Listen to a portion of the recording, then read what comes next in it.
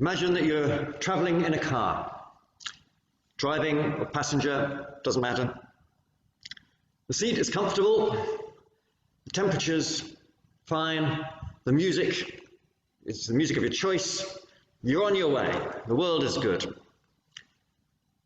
But then the traffic in front of you starts slowing down, slowing, until it comes to a halt. All you can see is a long line of cars stretching in front of you. You hear a siren and catch sight of a blue flashing light in the mirrors. A fire engine is approaching, but the road is too narrow for it to pass, and so you have to pull over onto the verge. But your car can't move until the car in front of you has moved. And so gradually the fire engine makes its way, one car at a time, down the line. And then you realize that there's nothing else to do but turn off the engine and wait. After a long while, the car in front of you starts to inch forward again. And gradually you too begin to move. Until eventually you reach a burnt out wreck of a car on the road with the tarmac melted around it. You have to drive on the verge to get past. And then, at long last, you can continue on your way. As you carry on your journey, self-contained in your own comfortable car with your music playing, you begin to realize how much you depend on other people. Unless the car in front of you is moving, you can't move. Unless someone has built the road and comes and repairs it, you've got nowhere to go. And without the emergency services to help when something goes wrong, and something will inevitably go wrong, you'll be forever stuck in a jam. And as you ponder these things, you begin to lose the sense of being an individual motorist in your own tin box, free to drive where the whim takes you. And instead, you begin to feel that you belong. You belong with these other people you depend on, and who depend on you.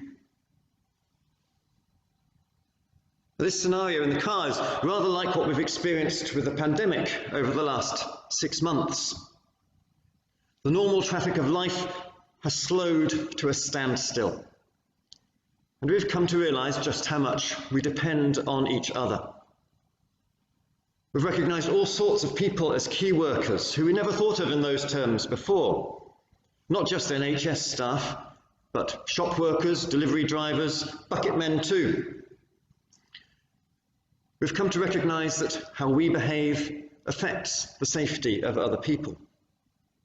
And in an extraordinary expression of belonging, the economic interests that normally drive our society have been put on hold, because we've recognized that the most vulnerable people in society belong with us, and we belong to them. We've noticed this in the last 6 months because of the pandemic. But this is always true, and will always remain true. It's just that we're normally too absorbed in our own lives to notice. Saying that we belong to one another is a way of explaining what we mean when we say that we belong to the God of love. We are recognizing that our lives are not entirely our own, that we are part of creation, and that who we are is shaped by our relationship with other people. In all of this, care for each other is fundamental to life. The last 6 months has shown that many people believe this to be true, whether or not they say they believe in God. Wake up, says Paul in his letter to the Romans. Wake up, for the night is far gone and the day is near. And this is the message of good news for us to share with others today. Wake up, recognize and acknowledge the truth of how things are. We belong to each other. We belong to the God of love, not just when things go wrong, but at all times. Now, this is true whether we're awake or asleep, but if we're awake, we can live in the knowledge that we belong. This brings us security. It stops us getting into trouble when we think that our world is the center of everything. And it means that we learn to live when life is good and when things are easy, so that when things are hard, we know how to get by. And I think this has been shown to be true in the last 6 months as we have sustained each other in community. Wake up. Learn how to live as someone who belongs. This is what it means to be a follower of Christ, and it's what Paul was telling the Romans. When we are awake, as so many people have been during the pandemic, we learn that the most important obligation that we have to one another is to love each other. That is what we owe one another. But this is true at all times, not just when our hearts melt in times of crisis, because the love that Paul was talking about was the love called agape in Greek. It's not something that we feel, it's something that we do. Wake up. We cannot learn what it means to belong to God by ourselves. To learn how to live a life of love, we need other people. We need each other. And we come to church because here we find other people who are awake to God. And because we help each other learn what this means in practice for our lives. And one thing that we've learned in the last 6 months is that we can belong to the church in different ways. We might come here on a Sunday morning, although none of us have done that for a good long time. We might come to Open Table on a Sunday evening. We might come together on Zoom on a Wednesday evening or a Thursday evening for the discussion group with Michael and Elsie. We might come together in prayer in our own homes, knowing that we're sharing those prayers with other people. We might make a commitment to this community and say that we belong to it.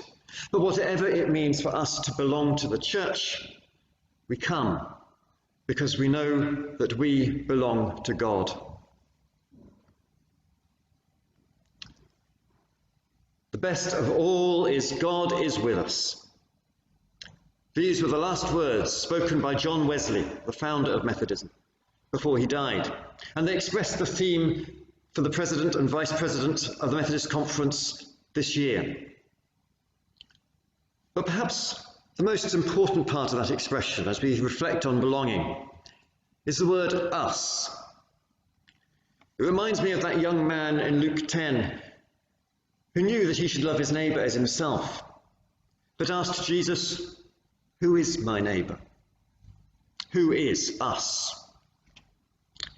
Is it us Methodists? Are we saying that the best is that God is with us? We're all right, Jack. Or is it with us as Christians? And we're not really sure about the rest.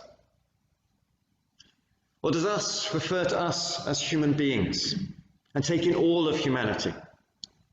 The best of all is that God is with all of us. God is with all people. This morning, as we reflect together on what it means to belong, perhaps the real question is not, is God with us? But are we with God? Wake up.